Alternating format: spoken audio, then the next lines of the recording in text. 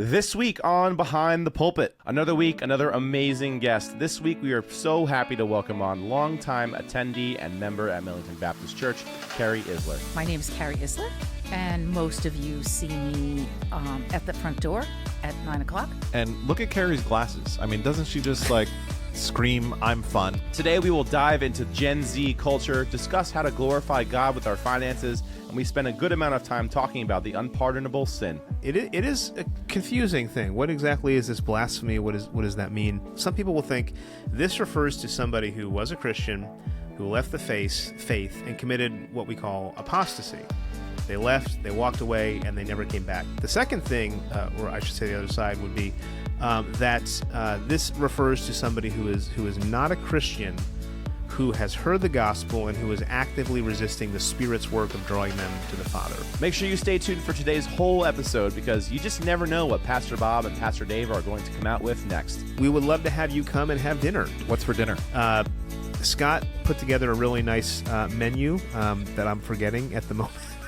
This sounds enticing. I'm coming for the gefilte fish and the vegetables at 5, please. Wherever you may be watching or listening to this today, we hope you're having a wonderful day. Sit back, relax, and enjoy this week's edition of Behind the Pulpit.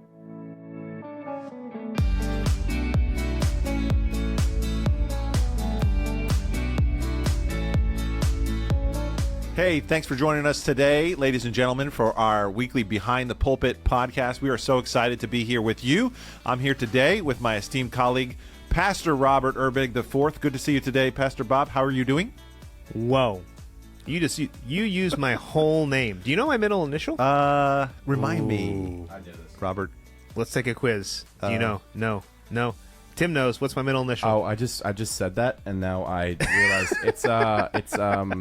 it is P for Philip. It's P. I was gonna say Philip. Fun fact, Robert Erbig IV. The fourth, and actually the fun fact was growing up, obviously my father had the same name, although he was the third, and the joke was they always he could never remember how to spell Philip. Did it have one L or two L's?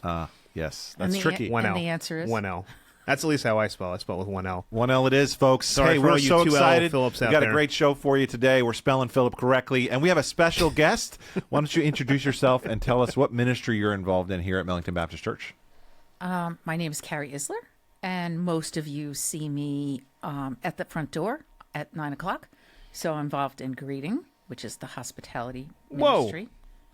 Is it not? I feel greeted already. Isn't- It's a more hospitable Behind the Pulpit today, Pastor Dave. There You you go. are very You know? faithful there. You're there almost every Sunday. Yeah, unless we're away. Rain or shine. Or I'm sick. You've Cold been or greeting hot. at the front. She's as bundled long as up. I can remember. She's got her scarf. She's ready to greet you on every Sunday morning. Yeah, I feel very strongly that I should greet you outside, not That's a firm inside. conviction. Did you have to any have. overlap Yes. with? You're an outside greeter, not an inside greeter. Yes. Did you have I don't any care how overlap? cold What's the it is. philosophy Spencer? behind that one? Because if I'm greeting you, and that's the first thing that you're going to have when you enter the building, and let's say you've never been here before, it should be the first thing. You shouldn't have to open the door to get it. There you go. I like it. So thank you for greeting. There But we go. what other ministry involvement do you have here besides warm greetings? Yes, well, that one's the easy one. The more complex one is Stephen Ministry. I was a Stephen minister in the beginning, and I served that way for a couple of years, and then I decided to go to leader training, which at the time was done in person. So it was a week in Pittsburgh. Pittsburgh is actually pretty. So if you've not been to Pittsburgh, it's a nice place to go. Yes. Okay, there you go. And then I became a Stephen leader, and it was just you and I for a while. It was. The first Original gangsters. the first 11 that we trained. We're the OGs. Yep, we trained 11 the first time around, and then 11. yep, That's like Ocean's 11. That was like The original Ocean's 11. there Yeah. were 11 in our class, which was Did you wind up, Very doing a large. heist somewhere or something? Yeah. We but we went and got one of those little cars we stole the show. that you could You drive got right one of in. those little cars? Yeah. What does that mean? Isn't that Ocean's 11? Am I getting my Oh, movies Oh mixed yeah, up? yeah. There's the a little minis. car? The minis. Oh, in Mini Europe. Cooper? Yeah. that you can drive. Oh, okay. Like you could It's drive been a it- while since I've seen it. There's been like The latest one was like an all-female cast. I haven't- Ocean's, yeah. I forget, Ocean's 13 or something. I don't do sequels. Yeah. This was like a fourquel. It's like the fourth one. Right. And then Bruce came along and came alongside me right at the time that you took your sabbatical. Ah. So that freed you up, which worked really well. It was just Bruce and I. We ran a class together. And then Michelle Clemmy joined the leadership team, and then Drew Huber. So we now have a solid leadership team. Which So how makes many- it how many a lot are on there? easier. There's 4 of us plus Pastor Dave. Okay.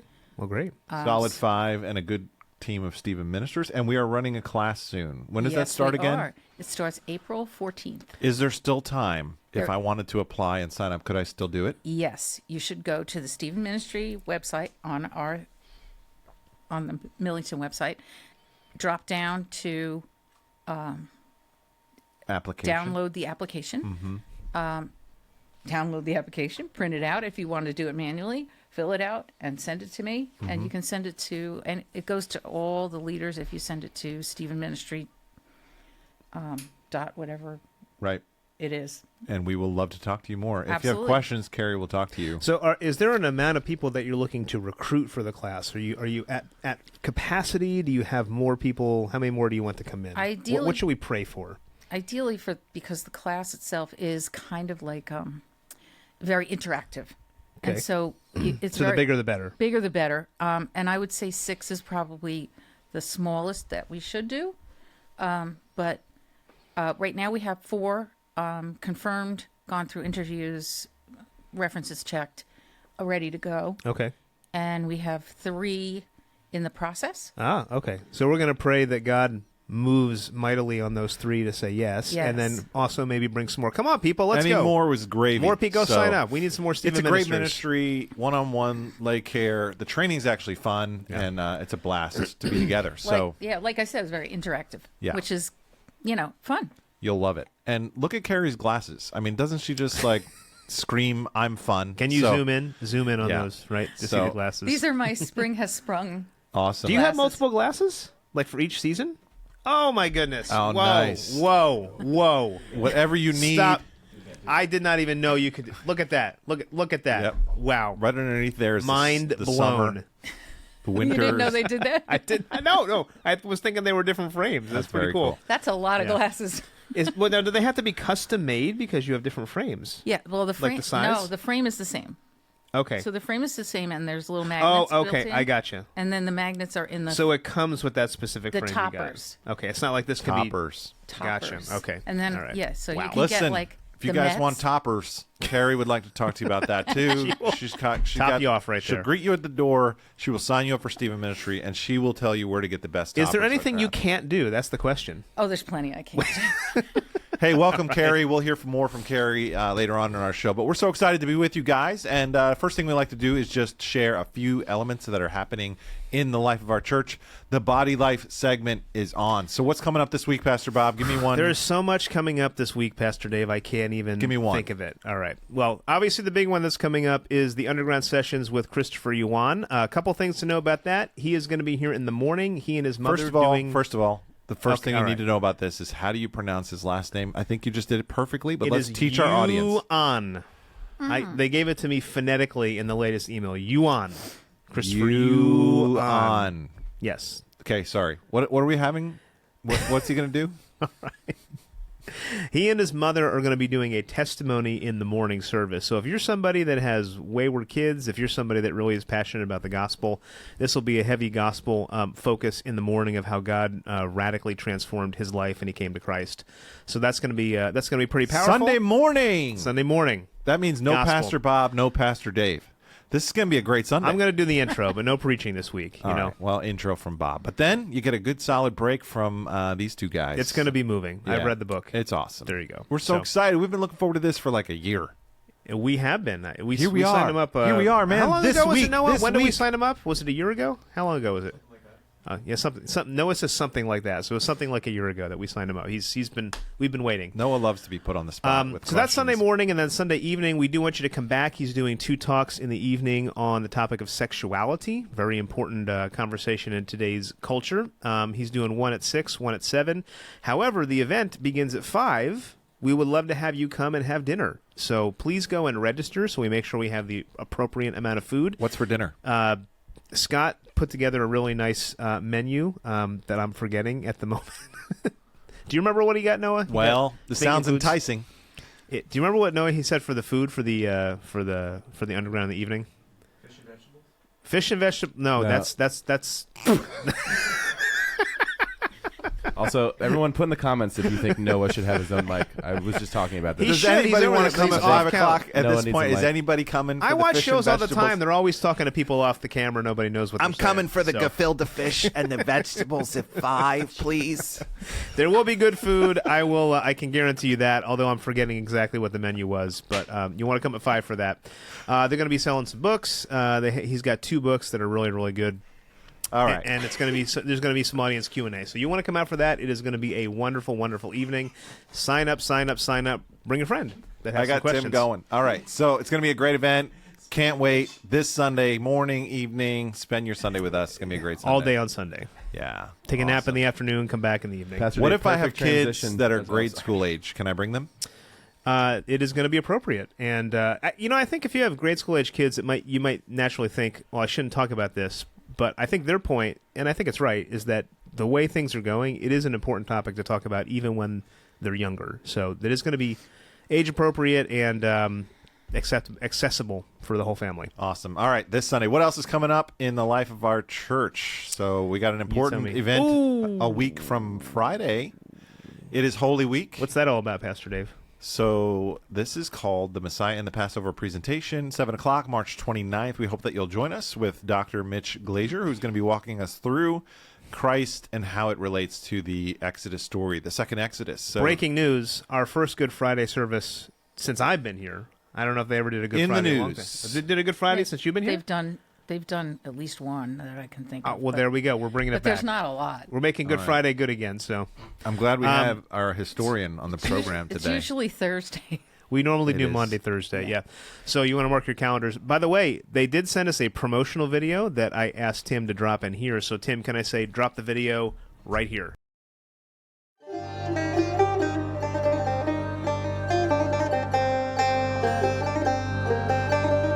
Shalom, I'm Mitch Glazier, president of Chosen People Ministries. I'm here in very busy New York City, right in front of our beautiful office. New York is known as the Jewish capital of America. This is the city where Chosen People was born, and I'm here to tell you that we're about to celebrate a very important festival, and that festival is Passover. We all know the story, don't we? The Hebrews were enslaved in Egypt. Moses was born in secret. He was saved by Pharaoh's daughter. He was appointed as a leader by God. He showed compassion for his fellow Hebrews, but then he had to run away. He became a shepherd and he found a burning bush. He was commanded by God to free the Jewish people, and he went to Pharaoh, and Pharaoh said no, and then there were plagues, and he went back to Pharaoh, and there were more plagues, and finally came the 10th and most deadly plague, the killing of the firstborn. And those who killed the spotless lamb and put its blood over the doorposts and lintel of the home were spared. And at that point, Pharaoh literally kicked Moses out of Egypt. Now, there were some other dramatic moments, but ultimately, the children of Israel were delivered from Egypt. For many, the story stops there. But for us, as followers of Yeshua, Jesus the Messiah, it begins there. Passover is not only a beautiful tradition, it's an epic story of salvation and deliverance, of personal redemption and peace, shalom, that we experience today through the Lamb of God who takes away the sin of the world. We'll be gathering soon to remember and reflect on this wonderful holiday through the presentation called Messiah in the Passover. We'll learn together, we'll laugh together, we'll cry, we'll experience the joy of redemption and salvation. So bring your kids, bring some friends maybe who don't know the Lord, maybe even some Jewish friends, and we're going to have a wonderful, spiritual, joyful celebration together. So I'll see you at the table.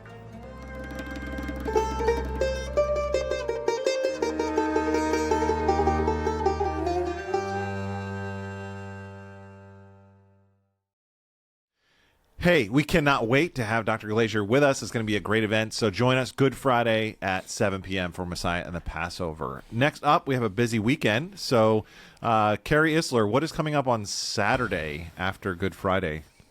The hair-raising egg party. Tell us about it. Wouldn't want to miss it. It's there's a petting zoo and carnival games and lots of fun.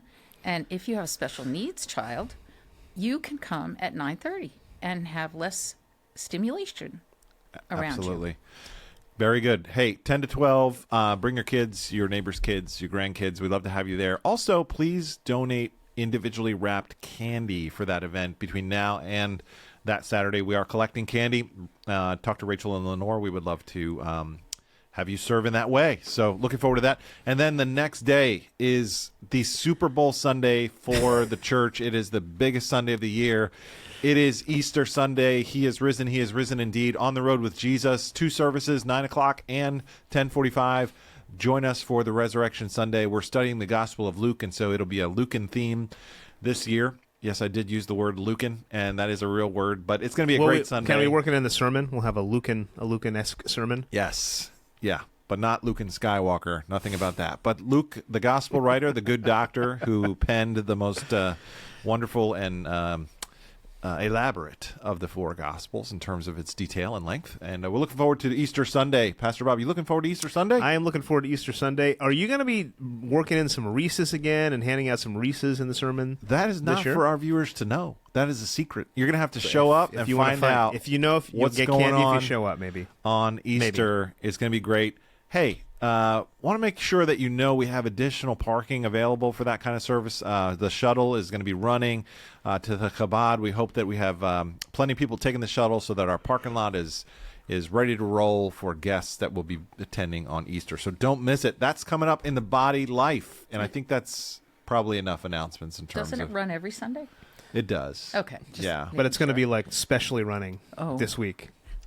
Carrie Or is during the correct. next Once 2 weeks, again, yeah. our historian has told us that No, the I'm history standing record at the says door. I see it go. it's going, but it's Are just a people on it? special plug. But that would be a really good Sunday for you to ride it because it's Yes. typically a busier Sunday. But we would love for you to ride it any Sunday. So please do that. There and you then go. come see Carrie at the door for the toppers and the Stephen Ministry spiel and the greeting after that. And that's about it. I don't have anything else. Well, there's plenty more that you have. Oh, but my for now. goodness. Oh, my goodness. Carrie used to serve with you I did. back in the day. Carrie was on my search Tim? committee. Tim, were you So- around I for was this? in Mrs. Isler's community group. There was a community group on Tuesday right. and there was a Yep. community group on Thursday, and I think I did both. And the Thursday one was at the Isler's house. Whoa. And my son called you Tim Sir. Yeah, and he was Petey Sir. Shout out Petey Sir if you're listening out there. Petey, sir. There you go. He's working. There you go. Miss you, bud. Boom. Were you guys like in medieval Europe calling people like by their I think we were just their I think knight name? It was Sir just Tim, Sir Bob. It was a bit that we had that we were just like very proper and gentlemanly around each other. I like it. No, the Sir was second. Oh, It was Tim Sir, okay. not Sir. So Tim. I'd be Dave, sir. Yeah. Yep. It was kind of, What would the ladies be? So I they remember didn't have a name. back in the day, the Mrs. first Isler year we is what did you the that's we what did these movie awards, which they still do to this day. The first year we inaugurated him, Tim was part of a Toy Story scene that we did, and he was the only one that was like really into it. Just You know, going I around have toy soldiers. I have, You remember that? Yeah, I have a. This is a really sore subject for me. I Glad I brought it up. I have Thank done you, Bob. so many because I'm now a youth leader, and I have been in part of so many productions, both as a leader, as an editor, as an actor. I've never once been a part of the movie that has won Best Picture. Oh, I see. I see. It's been really hard for me. For more information, ask It's going to Johnny. be a perfect segue into our No, you can in the ask. news I was segment on today. vacation. I'm going to bring this back up, Tim. I was doing I was on vacation during the movie awards last year, and I thought we had a shoe in. I was like, "This is the year." I get the text, and you can ask my fiance. I was really not happy that we didn't win again. It ruined my evening. So yeah, it's a bit of a sore subject for me. So back No, in we the should move on. day, We'll come back to it. We'll come back to Tim, it. sir, was with Mrs. Isler working for you. They were back in the day. All right. Yes, and back in the traditions day. that you started way back Thank you. then Glad you're You're here. welcome. have had And a she moved on to legacy of- bigger and better things with the Stephen ministry now. Yeah. So, But let's just talk about how and we didn't have you're- we didn't have the eyeglass toppers back then. So No, you know, I- it's I like this is like the definitely new and didn't. improved Carrie that's Isler what you right were here. missing. Yeah. I had your daughter in my That's in right. my girls' small group That's when we right. did the Yes. small Yeah. groups. Yes. Shout out to Alex. She was in town this weekend for a special competition. So I got to see her.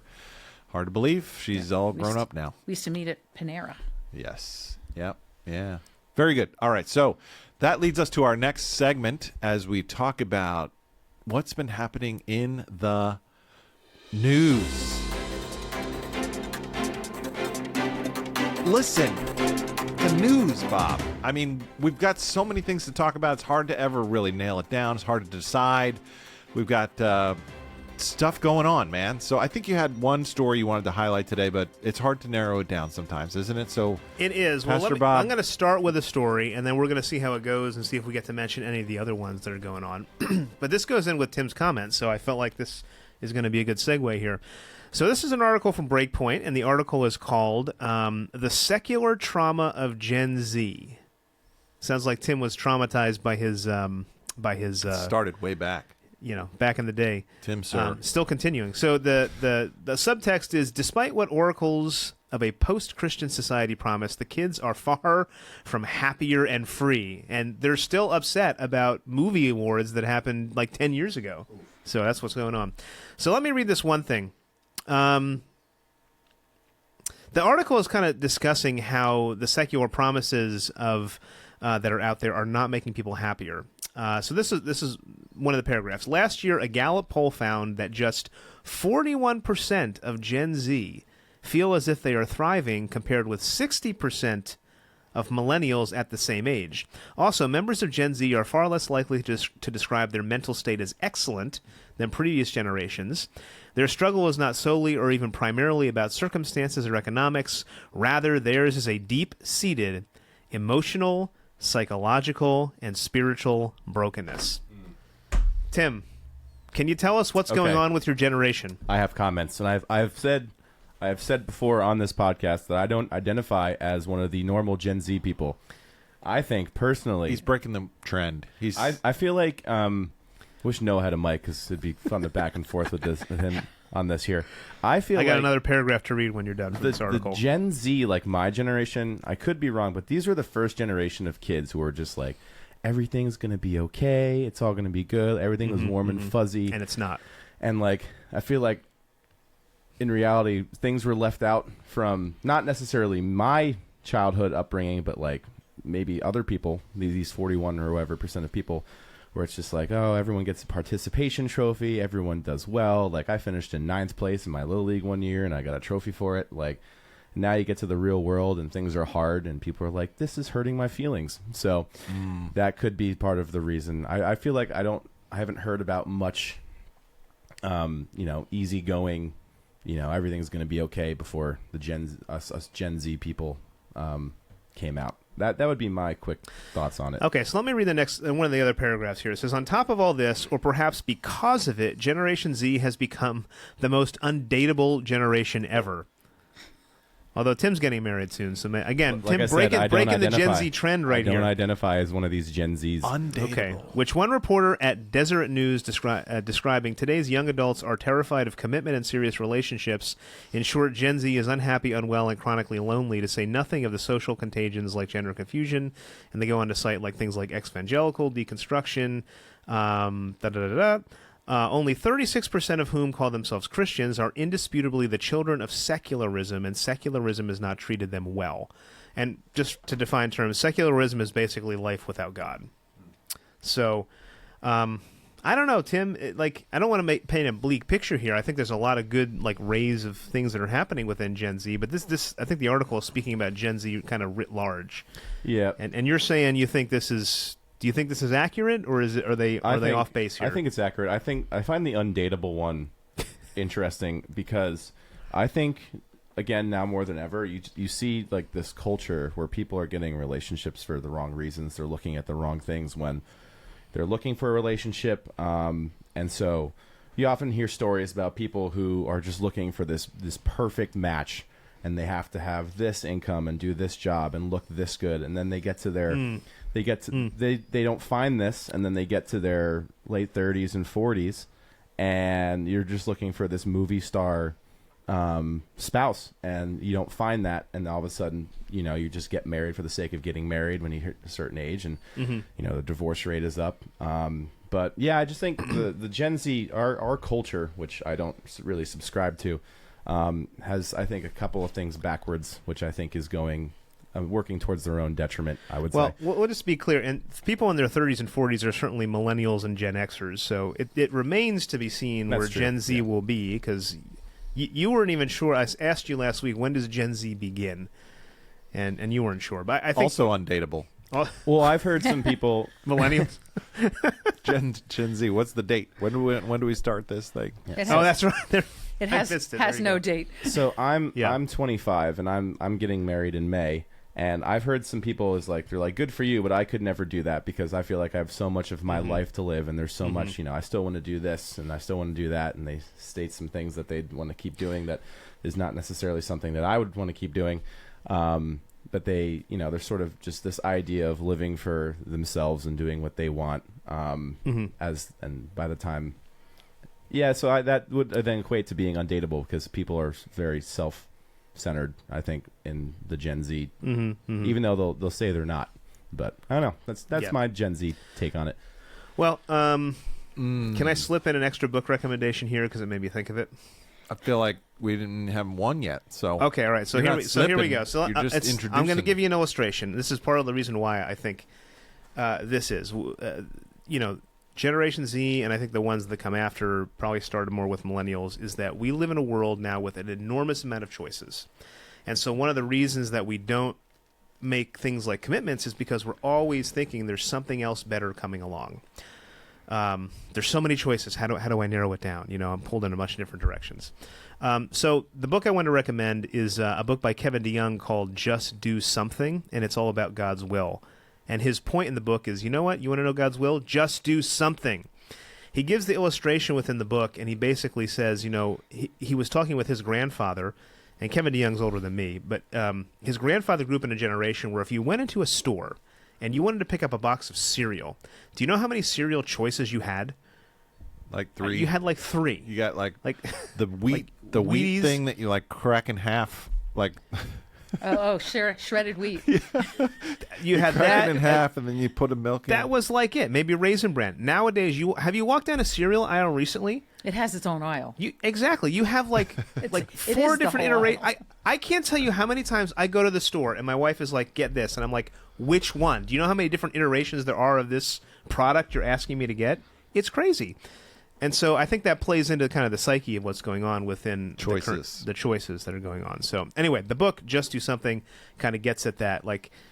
Pursue the Lord. Let's get back to some simplicity here, which will go along with my other book recommendation that I'll mention a little bit later. We had a feeling that Bob might have another one. I just thought maybe you might guess that. All right. So that is our In the News segment. Boom. Thank you, Pastor Bob, for the story. And don't let these stereotypes discourage you. We know lots of great Gen Zs who are living lives of selflessness, sacrifice, and purpose.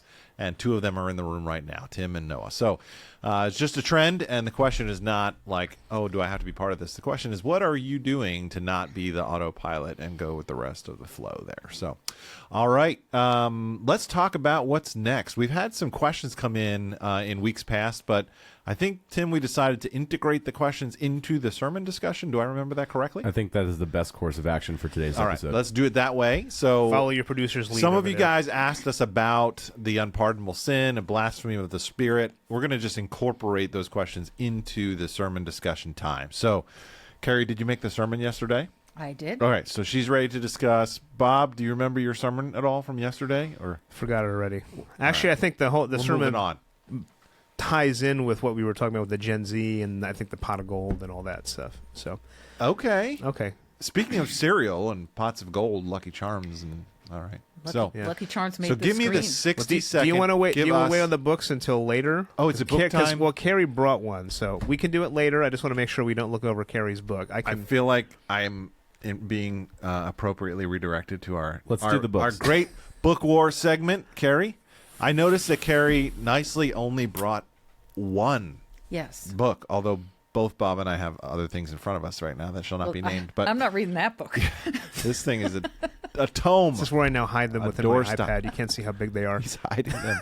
He's hiding many books. Many books. Okay, so Carrie has a book for us. I brought Just Be Honest by Clint Watkins, who I had in youth group There you go. when I first started with youth group. Oh my goodness. He was a podcast Yes. ghost. The too. historian Yes, just continues to I know. baffle I'm us today dating with myself. your wonderful experiences. So wait, you were one of Clint's youth leaders too? All right, that's awesome. Yeah, I started with Mark, under Mark. Okay. Under Pastor Mark. So were you here when he got the like in impact trouble? just continues to expand and expand. Were you here the night that he got in trouble with the guns? Yes. And the, Well, I wasn't actually here, but I know that story. Seriously, the SWAT team came to Millington Yes, Baptist they Church did. to like figure out what Clint was up to. It's a whole story. He We'll was tell you on the another time. podcast in the summer, and he did talk about Yeah. it. So It's yeah. public, man. He's like got a Public rap sheet record. or Just want something. to say they weren't real guns. But he's been go very back to that forthcoming. episode if you want to. Thanks for that. He's been very forthcoming when he comes here, and he owns his Tim, you're no fun his, at all. Not his even a little bit fun. challenges. Sorry, Carrie. What's the book? The book is Just Be Honest, and it says how to worship through tears and pray without pretending. And if you have been through something life-altering, let's say like that, maybe an illness. For him, it was birth of his stillborn child. It really, it's a way to find worship in all of that pain.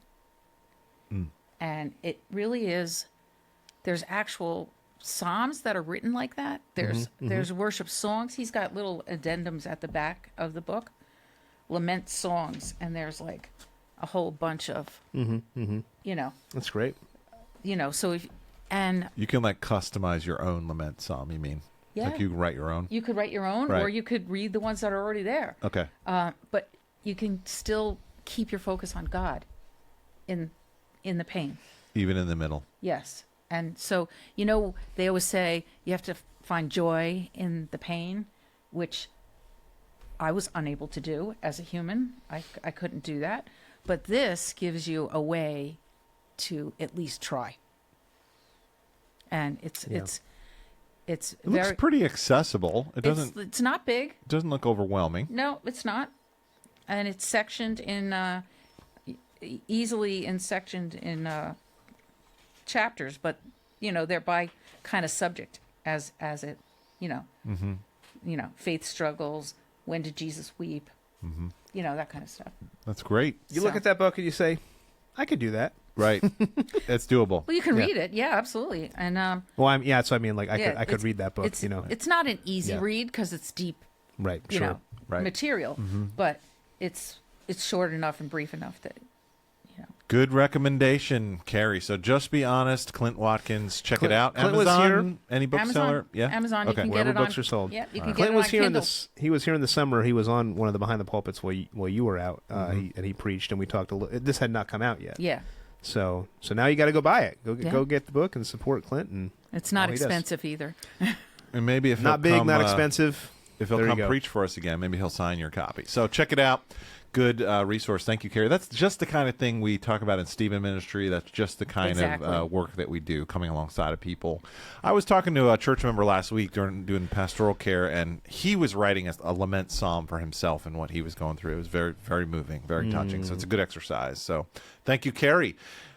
Great book war lives on, and Carrie's now in the fight, in the fray, putting up her dukes. So here we go. right. Be The center stage. sermon discussion will ensue at this point in our program. And sorry for that mix-up in the order of show. That's my mistake. Anyway, so Pastor Bob, you were doing some preaching. Yes. You were Yes. doing So- some meddling, as they like to say. You moved over from preaching to meddling at times. You ever heard that expression? I haven't. Maybe you could. I don't know what you're talking about. That What does means that mean? the pastor's talking about me. The pastor's getting up in my like business. meddling- The meddling pastor's in your been reading business. my Okay. mail, and now All right. he's starting to Okay. step on some toes. All right. You Well, moved from I preaching guess to you meddling. can. I guess you can call it that. So what was the 60-second flyover of yesterday's sermon? Well, so this was one of those passages that had, we're moving through Luke, believe it or not, actually fairly quickly, and you had a couple sections that you look at initially and say, how do these fit together?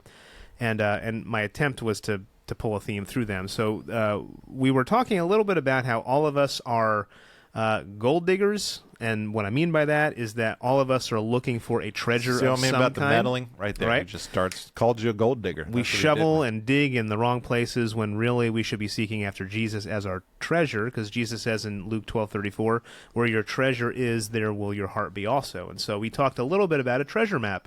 And there was 3 stops. Number 1 was you have to face the terror. So that seems out of place. That was because the first section was really dealing with things like hell and judgment and the blasphemy of the Spirit.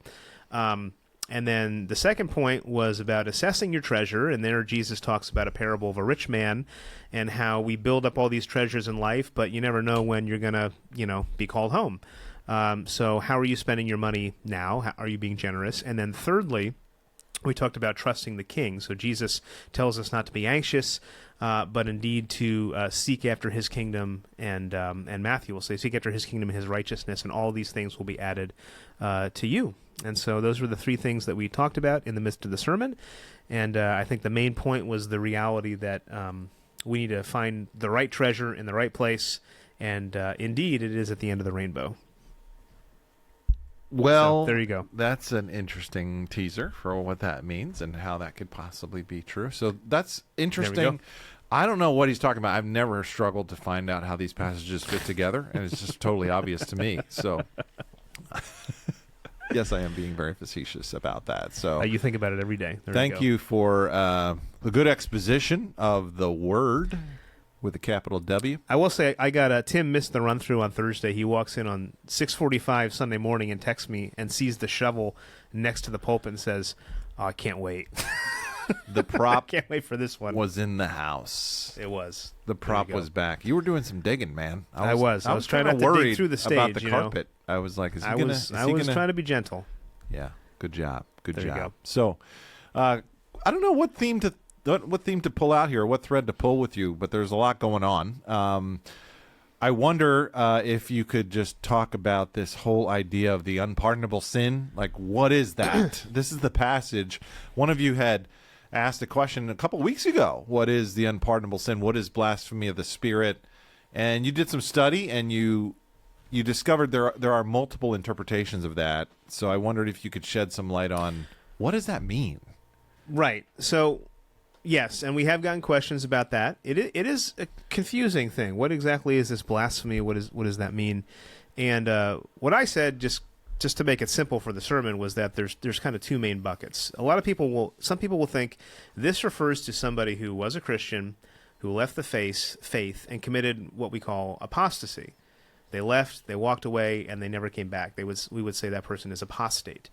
The second belief, or I should say the other side, would be that this refers to somebody who is not a Christian, who has heard the gospel and who is actively resisting the Spirit's work of drawing them to the Father. And that was where I landed in this simple explanation. However, there are other nuances kind of along the spectrum. So I think we were going to compare notes here, Pastor Dave, and I'll throw out the ones that I had from my one commentary. And I have a couple good quotes I can throw out here. So this is the New American Commentary says, defining blasphemy. Blasphemy is not limited to speaking evil of the Holy Spirit. It can also mean a hardened attitude toward God and unrelenting opposition to what he is doing through his Spirit in leading individuals to faith. So, again, if you're looking at it that way, it could relate to Christians or non-Christians. I think it's more likely that it's not a Christian. And then this one, he does admit, what exactly is the unpardonable sin? It's not totally clear, and so he gave 5 different options. The first one was that some people will say that this is actually related to claiming that Jesus possessed an unclean spirit. And which goes back to the previous passage, right? The Beelzebub charge. Yes, in context. And then there's also a passage in Mark where the same issue is coming up, and then Mark 3:30 qualifies this and says, "For they were saying he, Jesus, has an unclean spirit," in the midst of this blasphemy of the Spirit discussion. So that's one. Number 2 was apostasy by a Christian. So that I already mentioned that. Number 3 was, this was interesting to me. Number 3 was rejecting Christ after his resurrection in contrast with doing so before the resurrection. So 3 and 4 really deal with a time-bound thing. So after Jesus was resurrected and there was something different happening, that refers to working against the Spirit there. And then number 4 was rejecting the disciples' testimony after Pentecost, after the Holy Spirit had been poured out. So they make some nuances along this break. And then number 5, of course, was the one that I took, was this persistent and unremitting sin against the Spirit's work. So is that what Darrell Bach had over there, or did he have some other options that I didn't cover? No, those are the ones, although the interesting thing about that before and after is I've heard some people say this sin could be limited to a very earthly kind of forgiveness of the first century Jewish context. Like they rejected the Messiah. They attributed his work to Beelzebub. They did not embrace the Spirit's calling. And as a result, the Jewish nation would not be forgiven of its sin to crucify the Lord of glory. Like Caiaphas said, may his blood be upon us and on our children. And indeed it was, as the Romans came to destroy Jerusalem and the city as a result of their rejection of the Son of Man. So it could be more of an earthly kind of consequence. So some people have said that. Yeah. My favorite view is the one that you actually gave in the message, that it's a continual resistance of the Spirit's work and a rejection of Christ as Savior. And that's a severe warning in this life and in the life to come. Yeah. So I think that makes the most sense. But there are different views on that. And, there are. Well, I would say, though, no matter what view you take, the point is we should not be resisting the Spirit's work, and we should not be running away from Christ. We should be running toward him. Let's not miss the point. Right. That's kind of really the main point here. Let's not miss the point. And I was trying to make a serious point about a gospel call in the message. But no matter what you take here, the goal should be pursuing Jesus, seeking after him, letting the Holy Spirit work in your life, and letting him convict you of sin. And if that's happening, then this is kind of a moot point. Yeah. So good word. Thank you for that clarification. So thank you for your question. We finally got to it many weeks ago. Hopefully that answered that. Boom. If not, you can see Pastor Bob. He's available Monday through Thursday, office hours 9 to 5. Okay. So, Carrie, you were in the message yesterday, listening to the word. Any overall impressions or thoughts from you? What stuck out to you about yesterday's passage or sermon? How did you embrace Luke chapter 12? I think that most of the time, with not just this sermon, but like all the sermons, my head is usually spinning when I come out of there. And I kind of need the ladies' Bible study on Tuesday or my small group on Thursday to go over the questions. And I mean, I take notes like rapid fire through, and it's all like almost steno because there's so much that I have written down. Steno. It's not steno. It's like stenographers in the courthouse, Carrie's paper's on fire as she feverishly writes down. But I have like little blips, and then I have, I even cross-reference my notes. I should have brought my notes because then I could talk to all the questions I have. Yeah. Well, that's a good plug for, getting involved in the women's Bible study or getting involved in a small group. And you and your husband lead a small group. We do. Thursday evenings.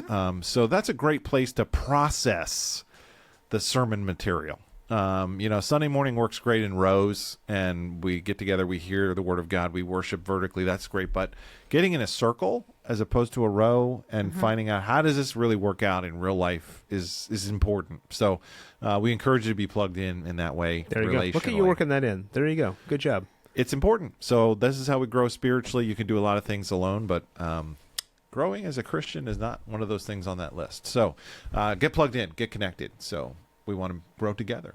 And it gives you a lot of other people's viewpoints, because some people heard something different than I did.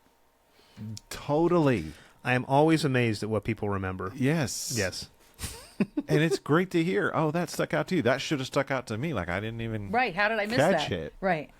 And it's just awesome. It's profound to see how God speaks in so many different ways through one message. Okay.